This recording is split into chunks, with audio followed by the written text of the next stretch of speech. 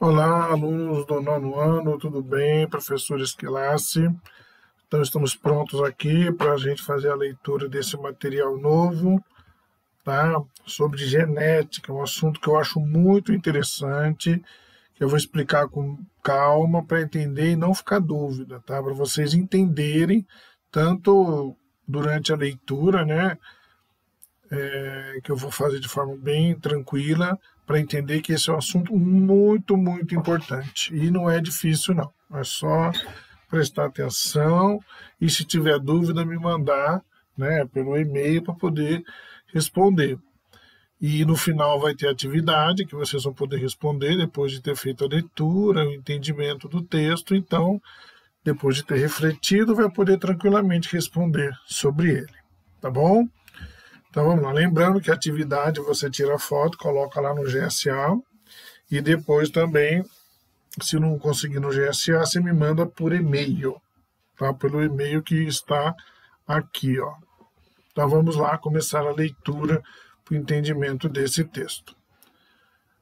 Mesma informação genética, células diferentes. Bom, as células apresentam em seu interior as informações genéticas de um ser vivo.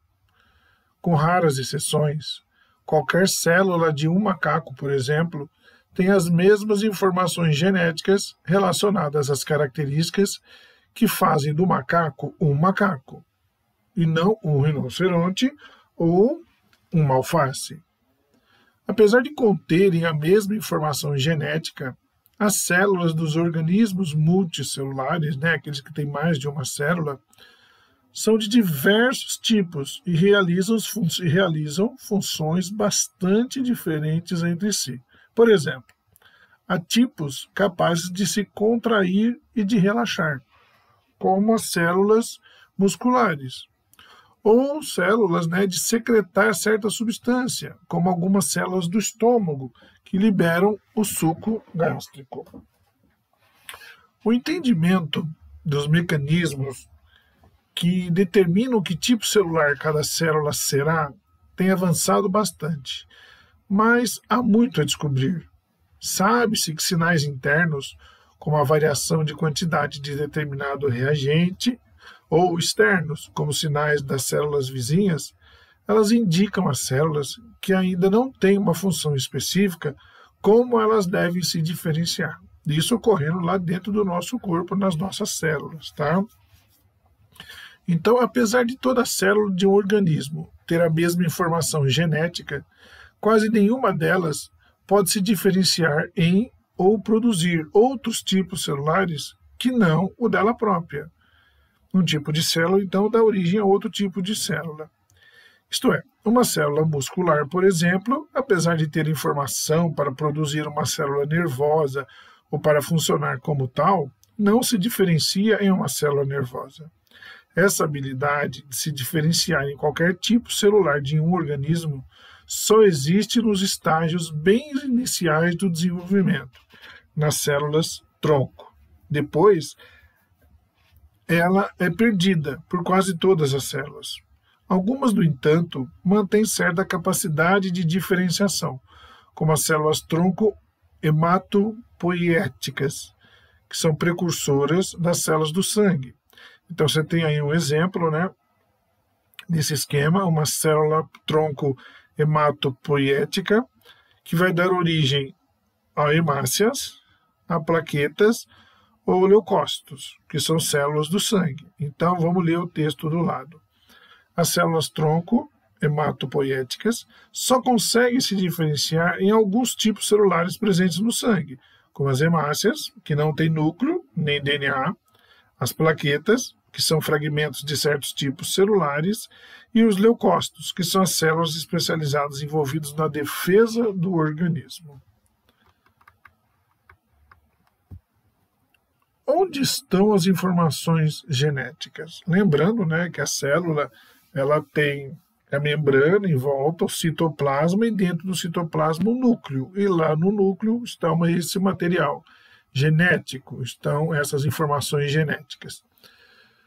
Então, as informações genéticas encontram-se em moléculas chamadas DNA. DNA em inglês, que é deoxyribonucleic acid, ou ácido desóxido ribonucleico, em português. E elas estão presentes nas células. A gente pode também falar ADN algumas vezes. Tá? DNA ou ADN é a mesma coisa. DNA é em inglês, ADN é em português. Nas células procarióticas, por exemplo, aí tem uma bactéria, o material genético ele está disperso no citoplasma, uma vez que elas não apresentam núcleo delimitado por membranas. Então, ela é uma célula procariótica, porque ela não tem um núcleo organizado. O DNA, o material genético, fica solto. Tá? Já nas células eucariontes, continuando a leitura, o DNA do organismo ele está restrito ao núcleo celular. Organoides, como os cloroplastos e as mitocôndrias, têm DNA próprio disperso em seu citoplasma, portanto, fora do núcleo nas células do organismo. A maioria das células eucariontes ela contém um único núcleo, porém existem algumas células com vários núcleos, como as células musculares esqueléticas de seres humanos. Também há células eucariontes que perdem o núcleo durante o seu amadurecimento e diferenciação, como são as hemácias dos mamíferos. Então, do lado você tem uma imagem aí, que são fibras musculares esqueléticas e um corte transversal, onde está mostrando a presença de diversos núcleos que estão em roxo, né, para cada uma das células. E isso é uma ampliação de 756 vezes. Mas o que é o DNA? Vamos entender o que é o DNA. No século XX, com o avanço da ciência, especialmente nas áreas de citologia, né, que é o estudo da célula e da química, foi descoberto o composto que contém informação genética hereditária, isto é, aquela que é passada de geração em geração e que é responsável pela transmissão do potencial para o desenvolvimento de diversas características dos seres vivos. O ácido desoxirribonucleico, ou DNA, também chamado de material genético ou material hereditário. Desculpa. O DNA ele é uma molécula constituída de subunidades, chamadas nucleotídeos, que podem ser de 4 tipos. Adenina, representada pela letra A, guanina, G, citosina, C e timina, T. Então, esses compostos eles formam 2 cadeias enroladas uma sobre a outra em um arranjo helicoidal, chamado de dupla hélice. Você tem representado aqui nessa imagem, né? Então, essa dupla hélice como uma escada em caracol. As 2 cadeias mantêm-se unidas por ligações químicas que formam os degraus dessa escada. A adenina ela vai interagir com a timina, formando um par, enquanto a guanina interage com a citosina, formando outro. Toda a informação genética de um organismo ele está codificado na sequência dessas 4 bases nitrogenadas, né? Uma molécula a base de nitrogênio. O conjunto de todas as moléculas de DNA de um organismo ele é chamado de genoma. A estrutura do DNA ela foi elucidada com análise de imagens feitas com raio-x pela química britânica Rosalind Franklin e depois pelo modelo proposto pelos pesquisadores James Watson e Francis Crick. Tá? Então tem uma imagem aí da Rosalind Franklin, que ela fez experimentos cruciais para a elucidação da estrutura química do DNA. Em 1953, os pesquisadores James Watson e Francis Crick propuseram o modelo da estrutura do DNA, em destaque aí na fotografia lá no fundo. E em 62 eles ganharam o Prêmio Nobel de Fisiologia e de Medicina por esse trabalho. E você tem aqui do lado, né, coloridinho aqui, o DNA, né, o modelo de uma molécula de DNA mostrando sua estrutura em dupla hélice. O DNA ele armazena a informação genética de um organismo e possibilita que essa informação seja transmitida de geração em geração. Ou seja, nós somos o que somos hoje em virtude do DNA que nós recebemos do pai e da mãe, metade do pai e metade da mãe. E quando você se casar e tiver filho, você vai passar metade do seu DNA, metade do DNA do seu filho vai ser seu e metade do pai. Então isso vai passando de geração para a geração. Agora, dentro dessa célula nós temos também os cromossomos. Quem são os cromossomos, né? Então, nas células eucariotas, os filamentos de DNA, eles se associam a certas proteínas e formam um complexo de macromoléculas chamado de cromatina. No processo de divisão celular, essa cromatina ela vai se condensar e vai formar estruturas que é chamada de cromossomos. Então, nós temos aqui, né? Bom, como podemos observar, que ela pode ser observada em microscópio óptico. Vamos ler aqui para entender aqui. Ó. Isso aqui é a condensação do DNA. Os cromossomos são constituídos de cromatinas supercondensadas. Elas só são visíveis quando a célula está se dividindo. Então aí forma o cromossomo. Isso aqui é a imagem de um cromossomo. Tá? Ao estudar as mais variadas espécies de seres vivos, os pesquisadores perceberam que o número de cromossomos encontrados em qualquer célula dos organismos multicelulares era sempre o mesmo. Além disso, esse número era constante para cada espécie. Isto é, todo indivíduo que pertence à espécie A possui o mesmo número de cromossomos em cada uma das suas células, seja a espécie A ela multicelular ou unicelular. Então você tem aí ó, na imagem A e a B embaixo. A, cromossomos encontrados nas células de camundongo, humus moluscos, em A, e da mosca da fruta, a drosófila, na B. Então note que no primeiro você tem 20 pares de cromossomos, e a segunda somente 4 pares, são duas espécies diferentes. Mas nós temos aqui, na próxima página, na espécie humana, por exemplo. O número de cromossomos das células que não são gametas é geralmente 46. De acordo com suas características, são agrupados em 23 pares distintos e pode-se montar um cariótipo, como os mostrados na imagem a seguir. Então, o que é cariótipo? É um conjunto de cromossomos de um organismo. Então, nós temos ali na imagem A e B embaixo, né, aqui também um cariótipo do camundongo e da mosca da fruta drosófila, tá? Então, o cariótipo é um conjunto de cromossomos de um organismo. Em uma espécie, apresentam forma, tamanho e número, que varia nos casos de alteração cromossômica, característicos e constantes no geral. Então, você tem aqui, nesses dois do A e o B, desse lado direito aqui, que a gente está vendo, o cariótipo humano de um indivíduo do sexo masculino, A, e do sexo feminino, B. No homem, há um cromossomo X. Na mulher, no homem, há um cromossomo Y. Na mulher, 2 cromossomos X. Tá? Isso que diferencia o homem da mulher. Os cromossomos de um mesmo par são denominados cromossomos homólogos. Esse número de pares ele é válido para todas as células do corpo, exceto para os gametas, que são as células reprodutivas. Então, a gente simboliza por 2N o número de cromossomos presentes nas células do corpo de um organismo eucariótico, pois os cromossomos homólogos eles encontram-se em pares, como a gente pode ver nas 4 imagens, né, do camundongo, da mosca, do homem e da mulher. Os cromossomos homólogos são esses dois que estão um do ladinho do outro, né? Então, como eles são cromossomos homólogos, a gente chama de 2N. Por quê? Porque nós dizemos que uma célula ela vai ser diploide, né? Então quando ela apresenta esse 2N. Agora, quando a célula for reprodutiva, ela vai ser N, ela vai ter metade do número de cromossomos. Então não vão ser mais cromossomos homólogos, vai ser só um deles. Então o ser humano, ele tem, a espécie humana, ele tem 46 cromossomos em 99,9% das células do seu corpo. Só lá na célula reprodutiva que não vai ser 46, vai ser 23, tá? Então, não existe uma relação entre número de cromossomos e grau de complexidade da espécie ou tamanho do organismo.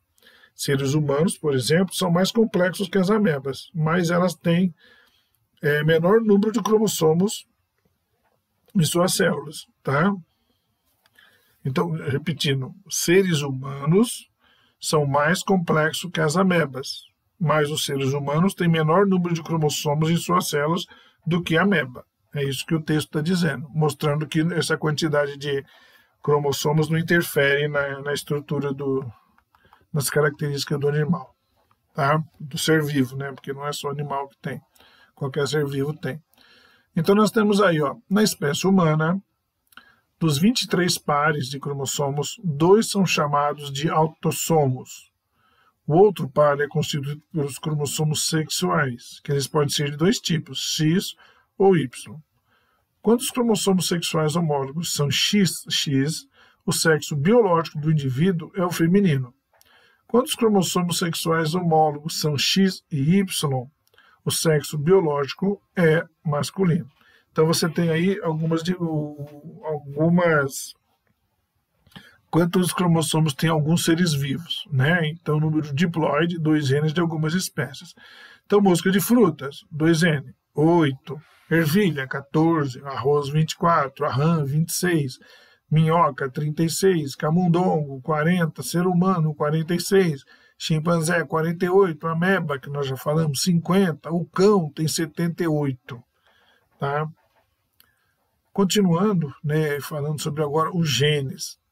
Atualmente, há muita discussão sobre o conceito de gene, seu papel e sua existência, enquanto ideia explicativa. Por isso, usaremos uma definição próxima da clássica e é mais genérica. O gene ele pode ser entendido como um trecho, né, um pedacinho, né, ou mais do DNA, com informações para produzir uma molécula de RNA mensageiro. E esse RNA mensageiro ele vai carregar informações sobre uma característica hereditária específica. O RNA, que é uma sigla em inglês para ácido ribonucleico, ele é uma molécula constituída geralmente de uma única cadeia, formada pelos nucleotídeos, adenina, uracila, citosina e guanina. As células do RNA eles participam na produção de proteínas, substâncias com diversos papéis nas células e que auxiliam no controle de suas atividades. Em conjunto, e grosso modo, os genes apresentam uma espécie de instrução que pode influenciar no metabolismo celular e condicionar parcial ou totalmente certas características genéticas do indivíduo, como, por exemplo, a cor dos olhos ou o tipo de cabelo. Então, veja aí, ó, expressão genética de uma bactéria. Você tem aí o DNA da bactéria, o RNA dela, e o ribossomo que produz a proteína. Então, de um modo muito simplificado e esquemático, e em bactérias, ou o que é mais comum, muitos genes contidos do DNA, eles servem de receita para que se crie uma molécula de RNA. Repare que ela não é dupla, como o DNA. A molécula de RNA ela carrega a informação obtida lá dos genes, por exemplo, para fazer uma proteína. Então, o RNA ele é lido por uma organela especializada, que é o ribossomo. Então, o ribossomo ele produz proteína baseada na informação que o RNA trouxe lá do DNA. Então, ele sintetiza, nesse caso, então, uma proteína. Certo? Vamos lá. A influência do meio nas características dos seres vivos. O conjunto de genes que um organismo apresenta constitui o que a gente chama de genótipo. Nos seres humanos, o genótipo ele é formado por uma combinação entre os genes do pai e da mãe. Então, o genótipo de cada um de nós são as informações que nós recebemos do pai e da mãe.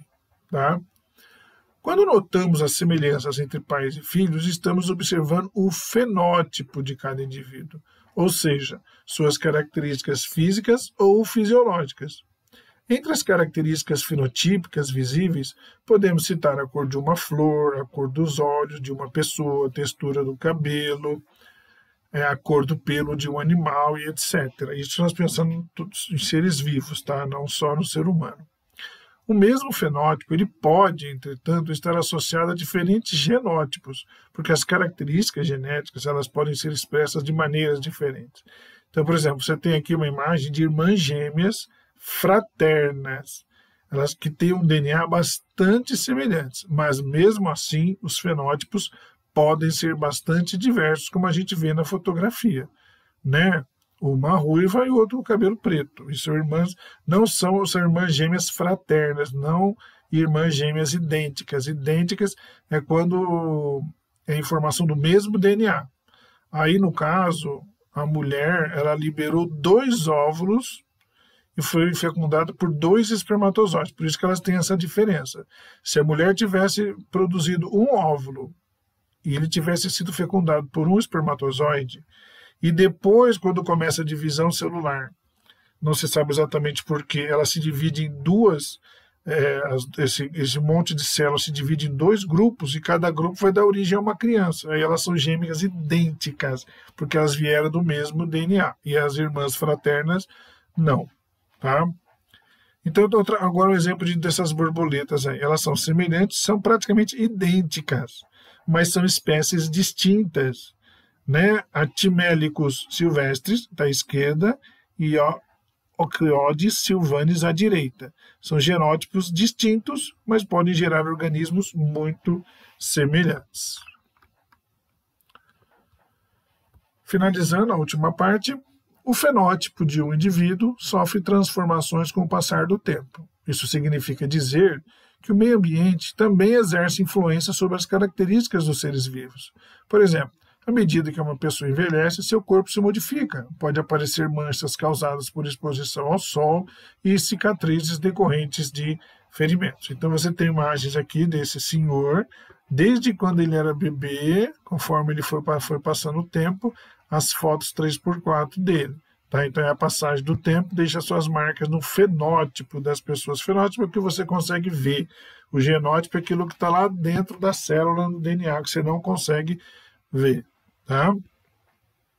E o fenótipo, às vezes, é a expressão do genótipo, mas com influência do meio ambiente. Tá?